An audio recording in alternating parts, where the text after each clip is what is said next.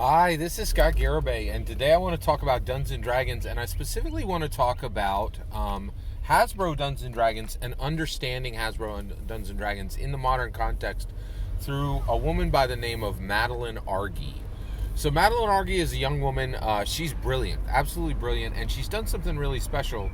She has transformed her channel into a channel that openly discusses her own life, right? And she's really brilliant. I started listening to her quite a bit, and I would say I've listened to the majority of her content at this point. And what she does is she just simply discusses her own private life publicly. And what she'll do is she'll just put she'll put a tag on, so she never says real names, but she'll just put a tag and she talks about her open life. And I'm really fascinated with her because a lot of the subjects that I talk about, she talks about very directly and is bringing real world experience to, so one of the things is she very openly talks about that she's been in therapy since she was 6 years old, and says it's done extremely little to actually help her, right?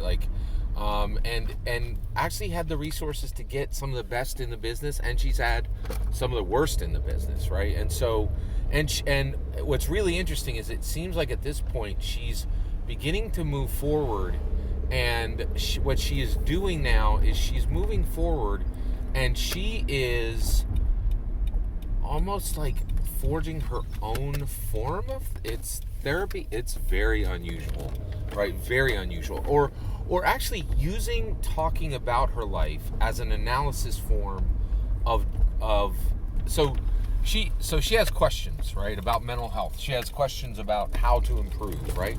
And so what she's doing, in my humble opinion, what she's doing is she's discussing her life openly, and she's doing an analysis of her own life by discussing it. She gets ready to cut her content. She cuts her content, and then what happens is she gets feedback back. She gets very direct feedback from the world, literally from the globe, right? And I think she's using this to so this is really, yes, let's do it this way. So one, I recently went to Barnes and Nobles, right? Very one of the best on the East Coast, right? One of the more expensive ones. It's in a really ritzy area, so they can do what they need to. And there are a few things that really shocked me. The science fiction and the fantasy novel section were outrageously small. Something's going on there. That's a topic for another video. But I looked into I passed the self-help book section. It's no longer called self-help. It's called self-transformation. And that's the point. Okay, so, right? She's been going to psychologists to get fixed, right? That's what everybody does. Oh, fix me. I'm not happy. Fix me. I have mental health issues. Fix me, right? And I think what we're seeing now is, I think there's an increasingly number of people, and I think that Madeline Argy is on the cutting edge of this, right? That are not looking to get fixed, but looking to be transformed, looking to be changed, right? And also kind of openly acknowledging that the change, openly acknowledging that changing is that reaching a point where you are changed is really openly acknowledging and getting to the point where you are fundamentally changed is important, right? We don't necessarily need to be fixed, we need to be changed, right? And so there's a lot of ways to transform yourself, and by analyzing your own life and then literally staging your entire life, right, to the public with questions and comments, you can get incredible answers back. And I think that's exactly what she's doing. Now, she said three things recently that I thought were brilliant, right? Actually, she said two things that were brilliant and one that was shockingly wrong. So one of the things she said, my friends are amazing and my partner is pure evil, right? So she's and you're like, well, isn't that on you, right? You're choosing that partner, and if they're treating you terrible, isn't that 100% on you? And then she actually addressed this by using a term I'd never heard before called attachment style. So we all think, okay, we're going to fall in love and we're going to go out and do our thing, right? and our relationship is going to our romantic relationship will be structured around love, right? And she's like, no, it's attachment style, right? And she's acknowledging that there are people who go out and like gesture toward romance, but what they're really doing is they're looking to be hurt, or looking to be abused, or looking to be castigated, looking to be insulted, looking to get a bad relationship pattern that they had before repeated with another person, right? They shouldn't do this. They absolutely shouldn't do this in any way, but they are doing it because it's an attachment style, right?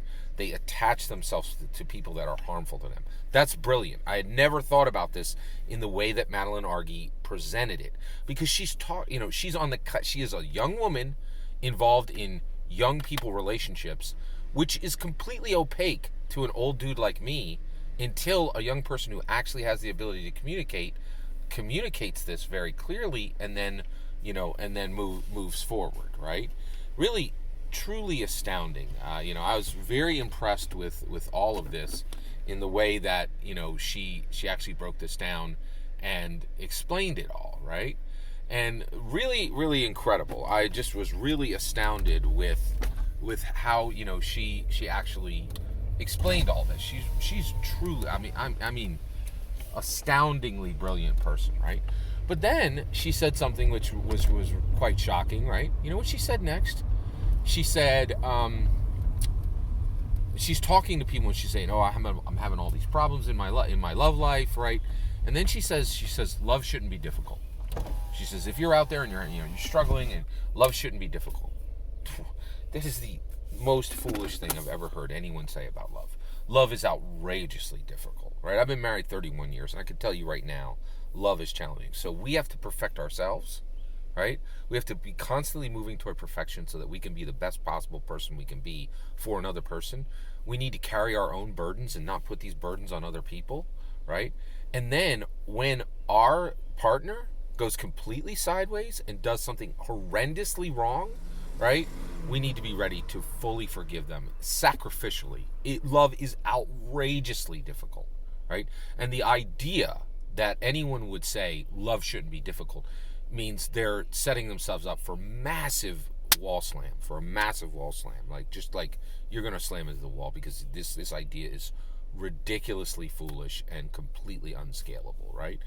So there we have it, right? So I present to you this young woman, Madeline Argy. She's linked below, right? And she's saying these brilliant things, and then she's saying something that is so shockingly wrong and so easily known to be wrong that you're like, why does she talk like this? Why is she this smart and makes this massive, this frequent mistakes this massively and this frequently? And if you understand Madeline Argy, you understand Hasbro D&D. Madeline Argy is profound. Hasbro D&D is profound. They took something that grew from the legacy tree of Gary Gygax, right? Dungeons & Dragons is a thing that grew from one of the bravest, smartest, most innovative, most profound human Americans that ever existed, right? It goes in this way. It's George Washington, it's Abraham Lincoln, it's Harriet Tubman, and it's Gary Gygax, right? Like, he's the fourth most important American that's ever lived, right? And Hasbro took it, and then they vaulted it farther, particularly Amanda Heyman, who opened up the second gate. Gary Gygax opened up the combat gate on Dungeons & Dragons, and Amanda Heyman opened up the social interaction gate on Dungeons & Dragons, and the exploration gate hasn't even been opened yet. We're still waiting for the new person, like the third Gary, to do that, right? And it's truly astounding. And so what I think is really fascinating is Madeline Argy makes frequent mistakes, and shockingly bad mistakes, because she's profound, which means that she's talking about things that are incredibly difficult to understand and really can't even be understood fully intellectually. They also have to be understood. She's talking about things that have to be understood intellectually, emotionally, and spiritually. And when you do that, right, when you're no longer talking about a math equation, and what you're talking about has to be understood at the level of intellect, emotion, and spirit, you're going to make bad mistakes, and you're going to make frequent mistakes. And that's exactly what Hasbro is doing. They're dealing with the most innovative product in the world. They're dealing with a product that is actually leading American culture, and by extension leading the world's culture. Things like right now, the world is having a conversation. Oh, hey, what's gender, and is it fluid, and how do we use pronouns, and can a man be a woman? Can a woman be a man? Kerry answered this question in 1974. He's like, yeah, you're a man. You can play a woman. Yeah, of course. It's fluid. It's open. Gender is fluid and open, right? Answered in 1974, 50 years before we're still having these conversations now. And Gary answered it 50 years ago, right? Because he was thinking about these things intellectually, emotionally, and spiritually, right? And Hasbro D&D is doing that now, pushing, Dungeons and Dragons just made Aragorn black, right? And you're like, wait, wasn't that Magic the Gathering? Dungeons and Dragons and Magic the Gathering worlds are canon connected, right? Ravnica, Theros, Strixhaven, D&D is MTG, MTG is D&D. If you don't understand that, catch up, right? Okay, so and that's the issue is Madeline Argy makes very frequent, very shockingly bad mistakes because she's incredibly profound. She's dealing with content that takes intellect, emotion, and spirit to understand, and she is moving at the speed of freaking light. She moves so fast. It's exactly the same with Hasbro D&D. They are incredible. They're dealing with a product that is more profound than any product that has ever existed in human history. The things that are happening on it from a cultural perspective, the things that are happening on it from an IP perspective have never happened before. We just got a parallel with Spider-Man Across the Spider-Verse. That does deal with intellectual property at the same level, not at the same frequency or with the same numbers as Dungeons & Dragons, but the shape of it is the same, right? And then finally, we have this Hasbro D&D is moving at the freaking speed of light. I walked to Barnes & Noble. I could not believe the array of D&D products. And not D&D canon, I'm talking D&D official dice, D&D plushies, D&D art books, right? And that span decades of content. It is absolutely staggering. To understand Hasbro D&D, you have to understand Madeline Argy.